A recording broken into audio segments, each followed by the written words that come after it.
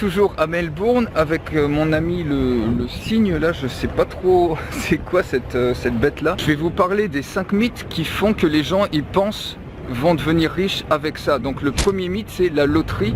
Il y a une chance sur 1 milliard, sur plusieurs milliards de devenir riche avec la loterie, donc c'est pas un bon plan de miser tout là-dessus, vaut mieux économiser plutôt que de donner cet argent à l'État. Le deuxième des mythes c'est la baisse d'impôts. On se dit bah je gagnerai de l'argent quand les impôts vont baisser, manque de peau. Si vous comptez sur la baisse d'impôts pour devenir riche, eh ben vous n'êtes pas rendu.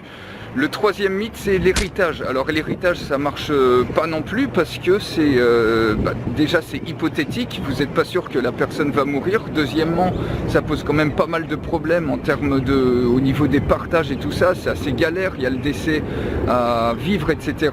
Et en plus de ça, en général ça survient quand vous avez 50-60 ans, donc peut-être que vous avez envie de profiter de votre vie avant d'arriver à 60-70 ans et avant d'attendre un décès.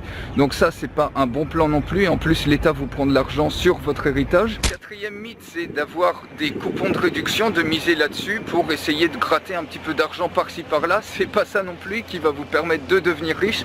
Et enfin le cinquième mythe c'est d'espérer un mariage. Alors en général les sondages montrent que c'est plus souvent les femmes qui espèrent ce genre de relation, trouver un homme riche pour justement résoudre tous les problèmes d'argent, sauf que ça résout rien du tout un mariage comme ça, parce que d'une part vous allez être ni libre, vous n'allez pas vous sentir heureux ou heureuse, et du coup ça va pas durer. C'est un grand mirage ça, de penser que se marier ça va résoudre vos problèmes de fric, parce que ça va jamais durer bien longtemps, et à terme vous allez vous séparer et vous risquez de pas être libre ni heureux pendant cette période là. Donc si vous avez aimé cette vidéo, mettez-moi un gros like, abonnez-vous à la chaîne YouTube et on se retrouve demain pour une prochaine vidéo. Ciao. Et le signe aussi ici vous dit au revoir. Vas-y, dis-leur au revoir. J'ai pas envie de me faire becter mais voilà, vous voyez, il vous dit au revoir. Allez, à demain les amis, ciao.